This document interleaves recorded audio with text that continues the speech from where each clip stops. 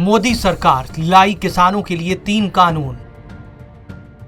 किसानों की कमाई बढ़ाने का दावा। खुले बाजार में सामान बेचने की मिलेगी छूट। कांग्रेस समेत कई दलों ने किया विरोध, तो किसानों ने सड़कों पर उतरकर खोला मोर्चा। केंद्रीय कृषि मंत्री नरेंद्र सिंह तोमर ने सोमवार को लॉकडाउन के दौरान जारी हुए खेती से जुड़े 3 ऑर्डिनेंस को पारित करने के लिए विधेयक पेश किए। सरकार की माने तो ये कानून किसानों की आमदनी बढ़ाने की दिशा में अहम कदम है, लेकिन कांग्रेस समेत कुछ दलों को लगता है कि इससे एमएसपी यानी न्यूनतम समर्थन मूल्य और कृषि उपज मंडियों एपीएमसी को बंद करने की तैयारी है। कांग्रेस शासित पंजाब और उससे लगे हरियाणा में किसान आंदोलन कर रहे हैं। कई इलाकों में प्रमुख हाईवे ब्लॉक कर दिए गए और मांग की गई कि प्रस्तावित कानून को संसद में पारित न किया जाए। इन तीनों ही कानूनों को केंद्र सरकार ने लॉकडाउन के दौरान 5 जून 2020 को ऑर्डिनेंस की शक्ल में लागू किया था। तब से बवाल मचा हुआ है। केंद्र सरकार इन्हें अब तक का सबसे बड़ा कृषि सुधार बता रही है, लेकिन विपक्षी पार्टियों को इसमें किसानों का शोषण और कॉर्पोरेट्स का फायदा दिख रहा है। विरोध के बाद भी एसेंशियल कमोडिटीज बिल लोकसभा में पारित हो गया है। अब ये चर्चा के लिए राज्यसभा में जाएगा। वहां से पास होने पर कानून औपचारिक रूप से लागू हो जाएगा। सरकार की कोशिश इसी सत्र में इन तीनों ही कानूनों को संसद में पारित कराने की है। The farmers produce trade and commerce promotion and felicitation bill 2020। क्या है मौजूदा व्यवस्था? किसानों के पास अपनी फसल बेचने के ज्यादा विकल्प नहीं है। किसानों को कृषि उपज विपणन समितियों यानी एपीएमसी में फसल बेचनी होती है। रजिस्टर्ड लाइसेंसी या राज्य सरकार को ही फसल बेच सकते हैं। दूसरे राज्य में या ई ट्रेडिंग के जरिए फसल नहीं बेच सकते। कानून से क्या होगा? ऐसा इकोसिस्टम बनेगा जहां किसान मनचाहे स्थान पर फसल बेच पाएंगे। इंटरस्टेट और इंट्रा स्टेट कारोबार बिना किसी अड़चन के कर सकेंगे। राज्यों के एपीएमसी के दायरे से बाहर भी इलेक्ट्रॉनिक ट्रेडिंग से भी अपनी फसल बेच सकेंगे किसान। किसानों की मार्केटिंग लागत बचेगी। जिन इलाकों में किसानों के पास अतिरिक्त फसल है उन राज्यों में उन्हें अच्छी कीमत मिलेगी। इसी तरह जिन राज्यों में शॉर्टेज है वहां उन्हें कम कीमत में वस्तु मिलेगी। आपत्ति क्या है?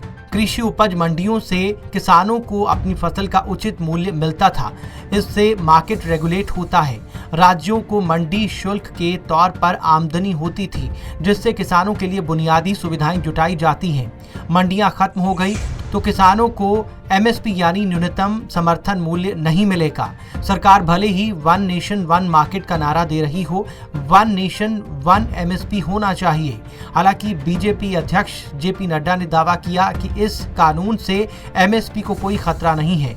वहीं मंडियों की व्यवस्था भी बनी रहेगी।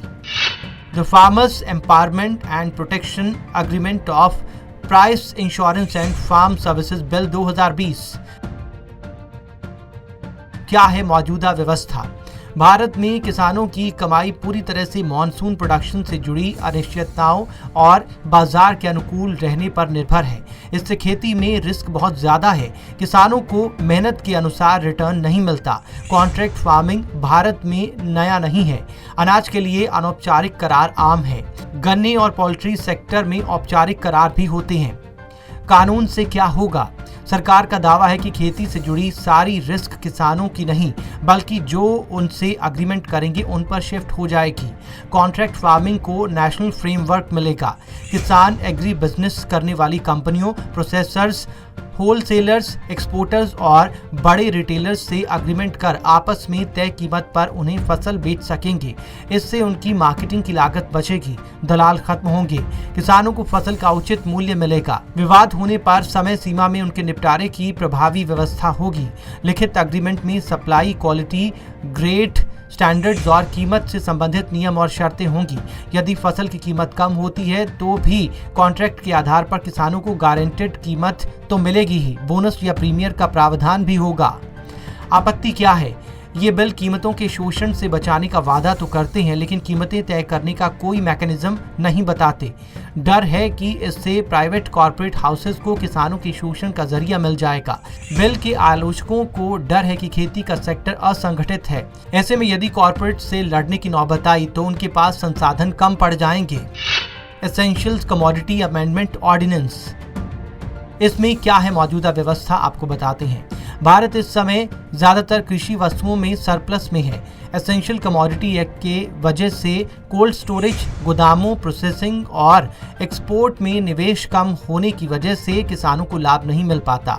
जब बम्पर फसल होती है तो किसानों को भारी नुकसान उठाना पड़ता है, खासकर अगर फसल जल्दी सड़ने वाली है। कानून से क्या होगा? इस कानून से कोल्ड स्टोरेज और फूड सप्लाई चेन के आधुनिकीकरण में मदद मिलेगी। ये किसानों के साथ ही उपभोक्ताओं के लिए भी कीमतों में स्थिरता बनाए रखने में मदद करेगा। स्टॉक लिमिट तभी लागू होगी जब सब्जियों की कीमतें दोगुनी हो जाएंगी या खराब ना होने वाली फसल की रिटेल कीमत 50% बढ़ जाएगी। अनाज, दलहन, तिलहन, खाद्य तेलों, प्याज और आलू को जरूरी वस्तुओं की सूची से हटाया गया है। इससे उत्पादन, स्टोरेज, मूवमेंट और डिस्ट्रीब्यूशन पर सरकारी काबू खत्म हो जाएगा।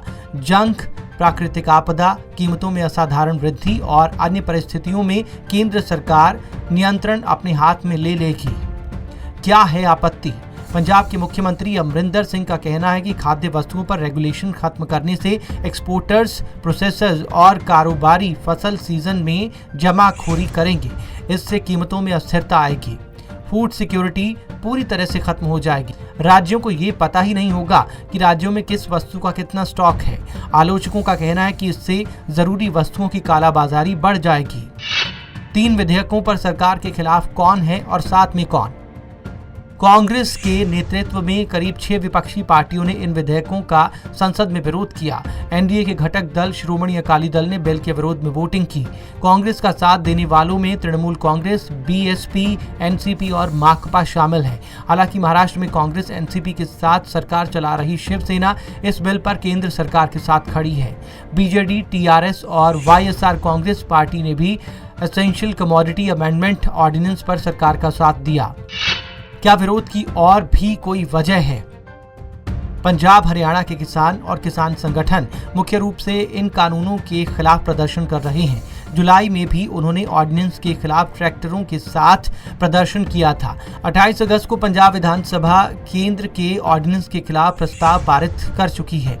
कांग्रेस शासित राज्यों का कहना है कि खेती और उससे जुड़े बाजार राज्यों का अधिकार क्षेत्र है। केंद्र इसमें बेवजह दखल दे रहा है। हालांकि सरकार का कहना है कि खाने पीने की वस्तुओं का कारोबार उनके दायरे में है। इस वजह से वो संविधान के अनुसार ही काम कर रही है। News desk report, Punjab Kesari.